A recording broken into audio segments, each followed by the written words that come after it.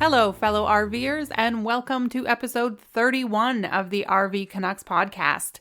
Well, the times they are a-changin', and we are very much hoping that they are changing for the better sooner rather than later, because today Dan and I are talking about our very best tips for crossing the border in your RV. If you're just joining us for the first time or have been around a while, welcome. I'm Melina, and together with my husband Dan and our teen and tween girls, we spend all of our free time traversing North America in our truck and travel trailer and show you how you can do the same. We also talk a lot about gear, tips, tricks on the road, our favorite places to stay, and a whole bunch of wacky stories. So we're super happy you're here. As always, if you love what you're hearing on the show, we always are looking for you to reach out to us. You can reach us by email at hello@rvcanucks.com. That's RVCANUCKS.com. Or you can reach out to us on Facebook or Instagram at RV Canucks. Also, if you're enjoying the show and you listen to us on Apple, we would love for you to throw down some reviews and leave some comments on what you like about the show. So let's dive into it. So today we're going to talk a little bit about crossing the land border between Canada and the US in your RV and explain some of the subtle but important differences when heading from Canada to the US or vice versa. But first, we're going to give 7 or 8 of our best tips that apply no matter which direction you're heading and will help make the process a whole lot smoother. The biggest tip you can give yourself as travelers is to arrive at the border prepared. I cannot stress this enough. So that means having your travel documents, paperwork ready for inspection, roll down all your windows, and prep the kids on what to expect. What would you suggest for the kids? Like, we have been traveling with our kids across the border since they were very, very young and have always taught them what to expect. So the first thing I do is I make sure to remind the girls that the border agents are a lot like the police. And if they can understand that they're like the police who they see every day, then they can understand. So that's the first thing. The next thing I remind them is it's yes, sir, yes, ma'am, no, sir, no, ma'am. Talk in a firm, confident voice.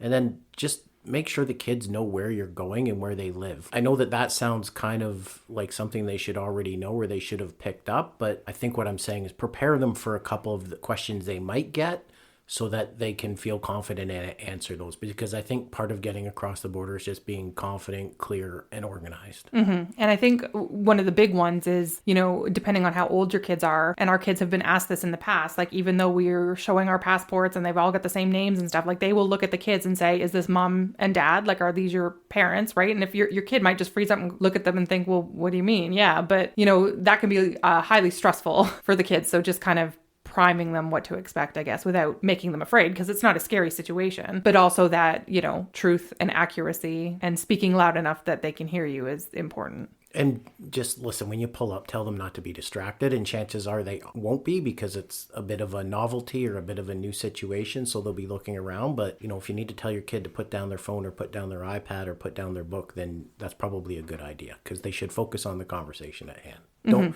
Don't make the border person work for it. Exactly. Okay, so how about our bonus RV Connects kids tip? So as many of you probably have picked up by now, we like to go to Disney. We've taken the trailer to Disney. We've also flown out of Pittsburgh and Buffalo to go to Disney. Whether you're going into the US or coming back into Canada, it's been helpful if the kids have Mickey Mouse underneath their arm, or if they're a young kid, or they wear their Mickey ears, because it just puts everybody in a good jovial mood and everybody's happy, and the border agent wants to talk about Mickey Mouse and Disney, and just tends to put everybody in a good mood and get you through the border a whole lot quicker. We've never had a problem getting through just like that. It kind of relaxes everybody and puts them in a good mood. So that's kind of our bonus tip. Mm-hmm. And to aid in that whole transition, it helps to plan for extra time. So no matter what day or time you're trying to cross the border, you simply cannot predict the wait times. Like, we've sailed through during rush hour traffic times when, Friday, when you think a lot of people would be crossing the border, or when they typically are crossing the border. And we've had to wait 45 minutes to an hour on like a Wednesday night at 9 p.m. You really can't predict what's going to happen or how many lanes are going to be open, etc. So when I'm planning a trip, we plan an hour to an hour and a half for border time. So if you do that, you're going to feel a whole lot better about the situation if you gain time on your trip than if you expect to only wait for 15 or 20 minutes and you're sitting there for an hour. Right. Absolutely. And so I think probably on the same note,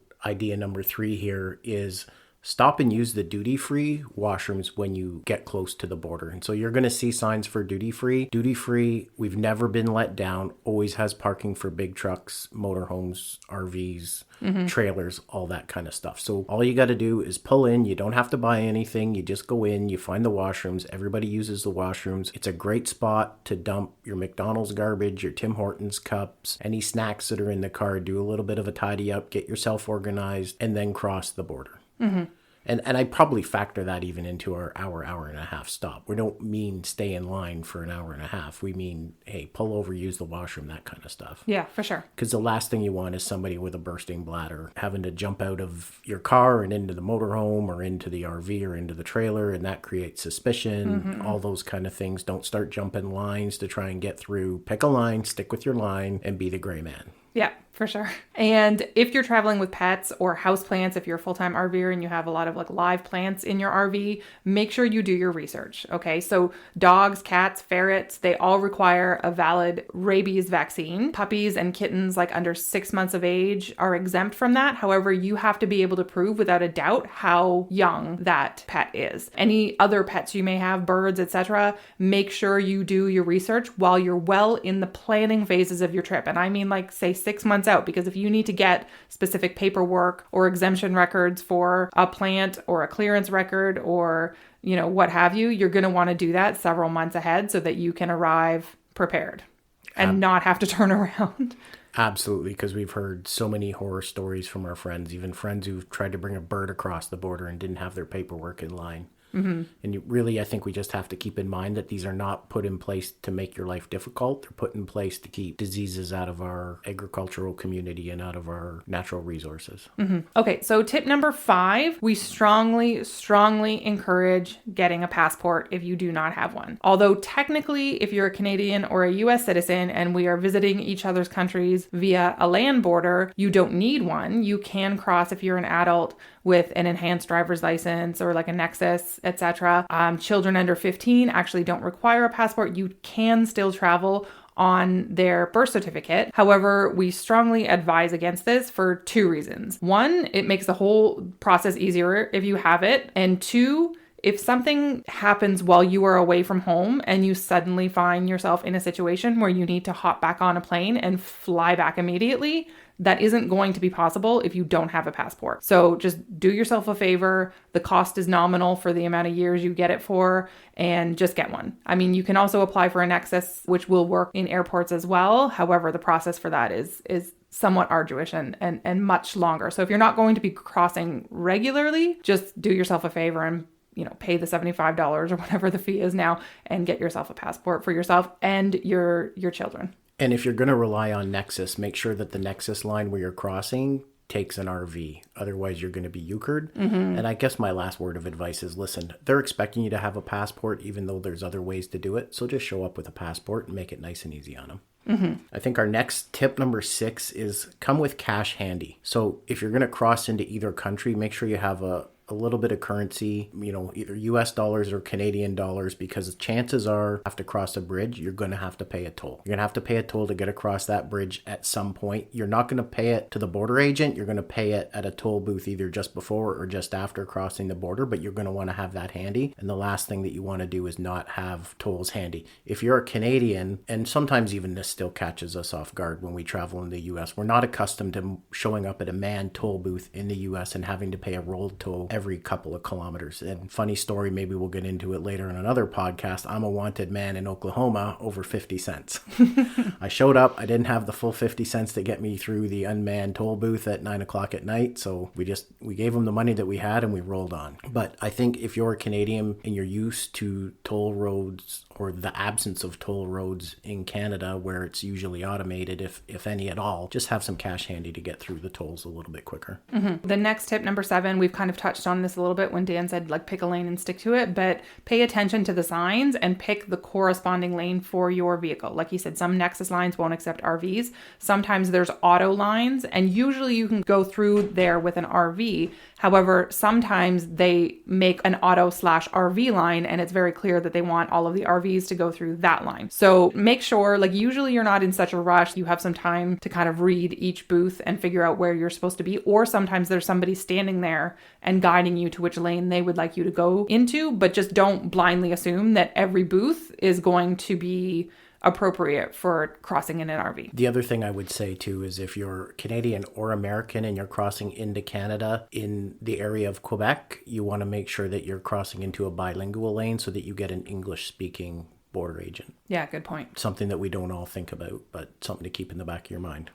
Okay, so finally, number 8, the message from Canada Border Services Agency is don't bring it in, don't take it out. And this, of course, has to do with marijuana. So although it's legal in Canada everywhere, taking marijuana in any form across the border, whether it's entering or exiting Canada, is completely illegal. So that includes CBD oils, anything containing THC, even if you're using it for medical reasons. So a prescription or just a letter from your doctor is not going to cut it. You must have a permit or exemption, which must be issued by Health Canada. So if that's something that you absolutely need to use for medical reasons, you need to go ahead and do the legwork beforehand to get that permit to be able to cross with it. So our next stage here is traveling from Canada to the USA. So the first thing I would say is know the license plate of your vehicle or your trailer. If staying at a state or a national park in the US, the border agent can look that up and confirm that you have a reservation based on your license plate number, but chances are they're going to run both numbers regardless. And if you can just have it on a little piece of paper and handily give it to the agent, that's going to help them big time. We kind of learned this the hard way. We showed up, we didn't have that information handy. Fortunately, they were friendly enough and said, don't worry about it, we'll walk back. He walked back, scribbled it down and did it, but it just speeds up the whole thing if you're completely organized and don't make them work for the information. And that information wasn't readily available. Like, we found out from that border services agent that not only did he want our truck license plate, he wanted the one for the trailer, and the trailer was fairly new at this point, so we hadn't memorized it. I still don't know it, but off by heart. But he was the one who specifically said, because we had a state park reservation in New York State, that he could look it up on his system and just confirm that the details we were giving him about our reservation were correct. So, okay, so number 2, do your grocery shopping stateside. The US has slightly more stringent measures about what can be brought over in terms of fresh food, meats, dairies, and in what quantities. Do yourself a favor, if you're a Canadian citizen going to the US, just get your groceries on the US side. You can certainly do the legwork before to figure out what you can travel with, but quite honestly, by the time you hit a border in Canada and cross it, you're usually enough hours into the trip that you want to get out and stretch your legs or have a bathroom break anyway. So usually we plan a grocery store, not far across the border, and that's when we just get out. We might eat, we might stretch our legs, use the bathroom, and just walk around the store and get our groceries. And it's just a perfect place to stop while you're starting your trip. And you're going to have to stop anyway, so make it the grocery stop. Yeah. And of course, when you tell the person when you cross the border into the US that your fridge is empty and they want to pop their head in like they have on us before, your fridge is empty. Just builds more credibility with them. Absolutely. So tip number 3, specifically for entering the US, you can only bring 1 liter of alcohol per adult over 21 across all product lines of alcohol duty free. That's it. So that said, alcohol is boatloads cheaper in the United States. So, for example, my favorite wine in the universe, which is a California Cabernet Sauvignon, Stag's Leap, if anybody cares, it's fantastic. It's $35 a bottle in the States, which is $44 Canadian. And to buy it at our local store in Canada, it cost me $56 a bottle, which is why I get it once a year. So, next up, traveling from the USA into Canada. Well, you can bring a larger selection of meat, dairy, fruit, veg, etc. into Canada in much larger quantities than you can if you're going into the States. If you're US citizens coming into Canada for a holiday, your dollar's worth like 30% more than our dollar is. So really, anything you buy up here is going to be a lot cheaper for you anyway, including groceries. So, that said, we have come back into Canada several times, and if you're a regular listener,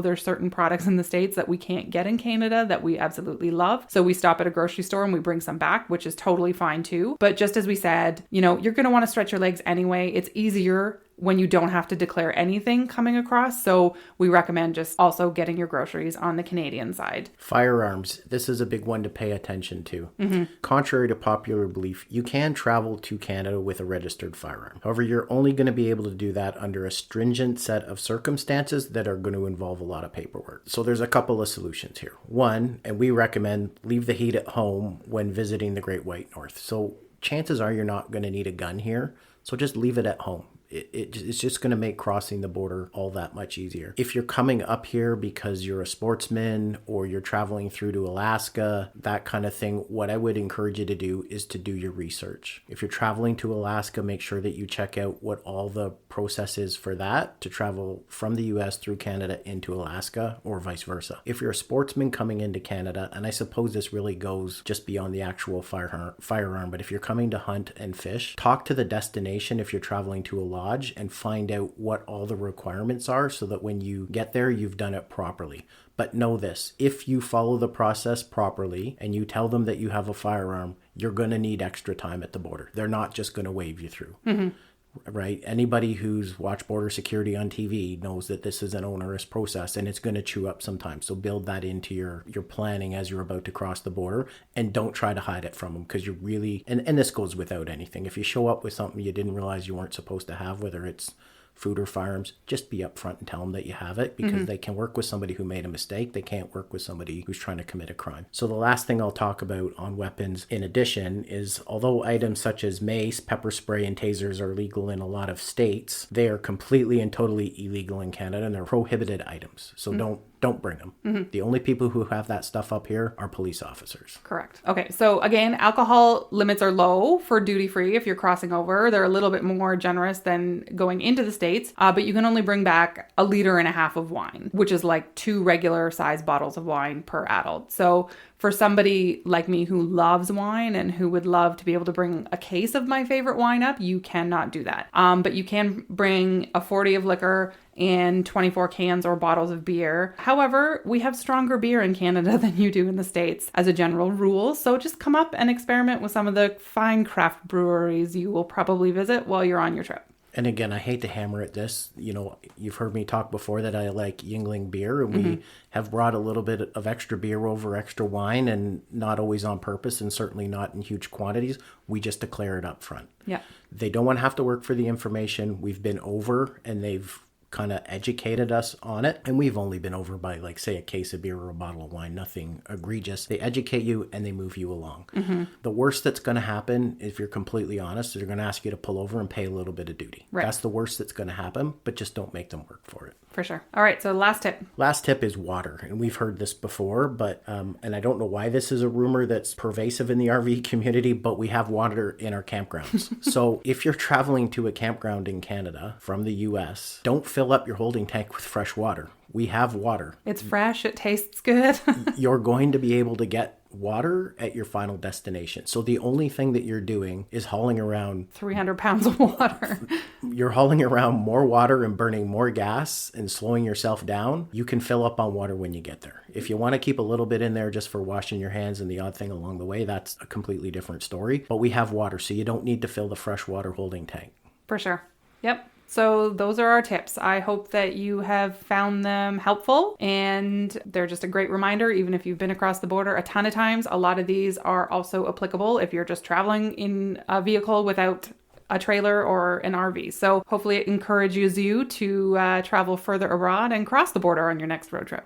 Yep, absolutely. Just a friendly face who's organized with a clean vehicle is going to get across the border a whole lot easier than somebody who's grumpy and makes people work for it. Absolutely. All right, so that's it. We will catch up with you again in 2 weeks. Have a great day. Bye.